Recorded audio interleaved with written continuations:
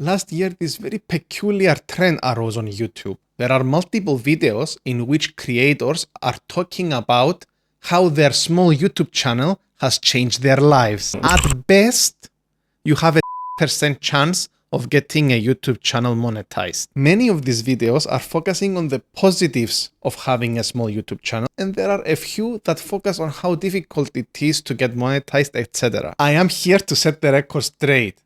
The experience of having a food/history YouTube channel with under 1,000 subscribers is a mixed bag. There are quite a lot of positives, but probably just as many negatives. Bear in mind that this video is coming out of my own experiences and prejudices, and it might not be helpful to everyone, but if you are thinking of creating a YouTube channel, watch this and you might learn something. Let's begin with the positives. 1. Almost 5 years ago, I quit academia for multiple reasons, which I'm not gonna cover extensively on this video.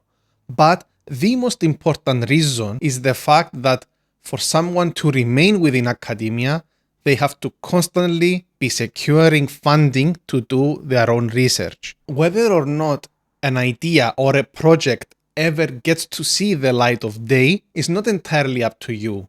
Sure, you might have a terrible idea and that's why you're not getting funding, but also your project might not fit the research fashion that it is in right now, and therefore nobody will give you any money for that. And there are other subjective reasons like that, and there is the sheer reality of numbers. There are tens and hundreds of people applying for that research grant. So not everyone gets it. Well, to make a YouTube video on a food history, let's say, I don't have to apply for anything, nor to convince anyone. I can do it on my own time and on my own dime. And therefore, nobody can stop me from making a video that I'm actually passionate about. For example, one of my very first videos was on the history of pizza in Cyprus, which would never be funded otherwise. And I had to pay for my own fuel to go to the Press and Information Office, my own meals, my own stationery. But I could do it and upload it. Isn't that great? Which brings me to my next point. 2. Another aspect of academia which I don't like is the fact that after spending 4+ years on my PhD thesis, Americans you call it the PhD dissertation, my work, my brainchild, the fruit of my labor can only be read in a university website. This website has all the PhD theses in one place. But in order to find a thesis like my own, you either have to know the specific keywords or use my exact name to find it using the search function. And therefore, the discoverability isn't there. I am among the luckier historians because I had a chapter published in an edited volume, which is open access, which means that anybody can read this chapter for free without paying a paywall. This book is intended for and read by academic audiences, and therefore it never sees the light of day, which kind of makes you sad. In general, I think a lot of magnificent and extremely interesting history is written and stays within the academia, and the general public never knows about it. But rather the general public usually learns a lot about political and maybe economic history, but there are other types of history like cultural history, social history, food history, history of medicine. All these are very, very niche subjects. Publishing a food history video on YouTube is the exact opposite. It has the potential to reach much wider audiences than any piece of academic writing. My videos on the history of margarita pizza, the history of souvlaki, the history of pumpkin spice, and the ancient Greek origins of pizza are projects which I was very passionate about and probably would never see the light of day. Food history videos I put on YouTube, they're out there for anyone who is a foodie or who has foodie interests. They are not confined in university libraries, university websites, or in a paywalled journal article. They are free and accessible. You can argue that the food history videos I made did not pass the rigorous standards of academic peer review, but they are there. So if you are a scholar of food history or you know one, please show them my videos and I am open to make changes. I am open to make edits, retractions, and anything else that the video needs, because I am still interested in the historical truth. 3. By becoming a foodtuber, it made me even nerdier about food. I like researching about it, watching content about it. Before doing any travel, I like finding the specific, obscure, authentic places for me to try and then to give you my recommendations. So it released a part of me, or rather, it enabled a part of me to embrace my food nerdism. 4. There is a great joy and a feeling of pride when making these videos. Especially when these videos get thousands of views, I just feel elated. That feeling, I wouldn't change it for anything. 5. By uploading videos on YouTube, it made me engage more with my other big passion in life, which is tech. More specifically, it made me more familiar with filming, editing, green screen camera work, sound design. It made me research more about cinematography and editing. It's just so great, and you learn so many valuable skills from it.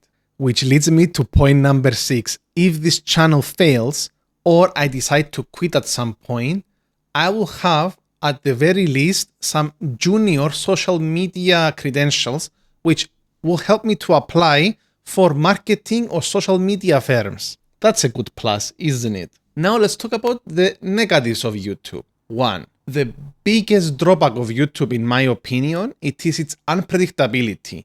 You can spend all this time, up to a few months, researching, writing, editing, polishing a video like the one I did on the Greek origin of pizza, and only get around 600 views, whereas I compiled all the various foods I've eaten in Amsterdam, and somehow it got pushed to 35,000 viewers. And that is just shocking to me.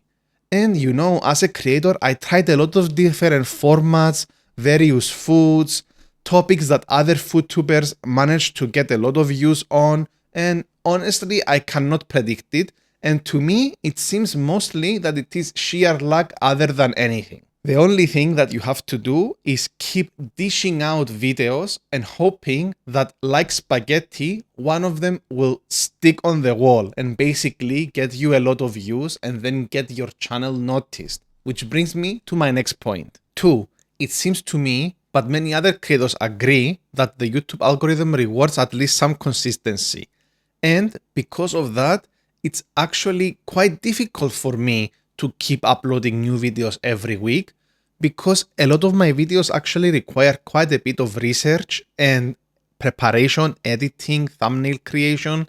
And when I put them out there and they get that dreaded 10 out of 10, it is really frustrating. The third biggest drawback about being a YouTuber is the obsession one gets with the YouTube Studio app. I keep checking on it all day long, hoping that something will change about one of my videos. Maybe one of them will somehow get pushed by the algorithm, and then my channel will get noticed and finally it will get monetized. Here's a piece of advice. If you are just getting started with your YouTube channel, or you are hoping of creating one in the near future, don't download the YouTube Studio app, because you will be tormented by it the way I was. 4. Another drawback of being a YouTuber, and more specifically in the FoodTube space, is the fact that whenever I travel abroad, I genuinely have to film everything that I eat. And sometimes I forget to bring the correct mic, and sometimes I get so excited when the food comes along that I forget to film, and then I feel guilty about it. And this kind of changed the relationship I have with traveling, and this is definitely annoying my travel companions too.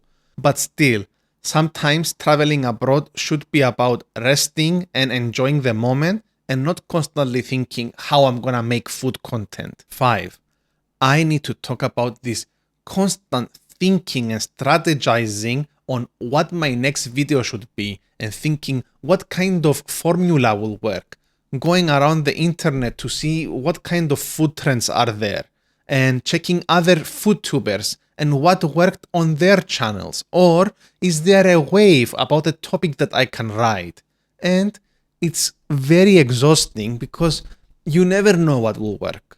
Again, I think it's just luck. I genuinely thought that it would be way easier to get this channel monetized. After all, the director of creator monetization at YouTube, Thomas Kim, said in an interview on the Creator Insight channel that there are 3 million channels that are monetized right now.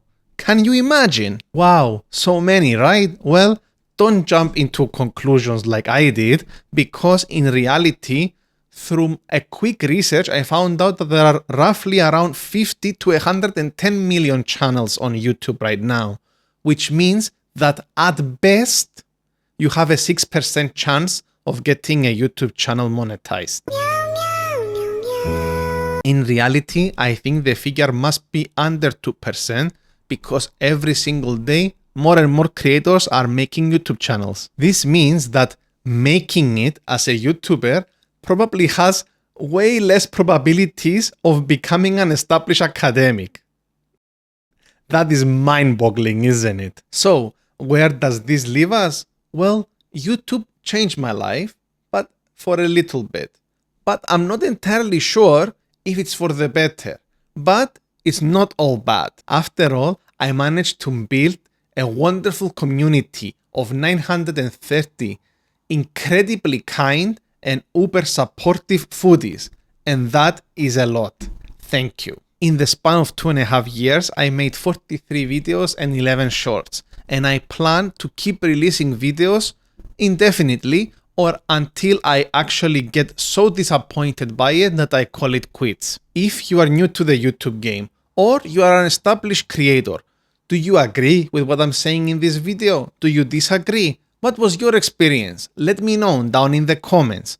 And if you are one of the foodies who watched, liked, subscribed, thank you very much. And please let me know down in the comments on what would you like me to make a video on? What do you want to learn about? What do you want me to try? Please let me know. And if you enjoyed this video, as always, check out the rest of the videos here. Until the next one. Bye!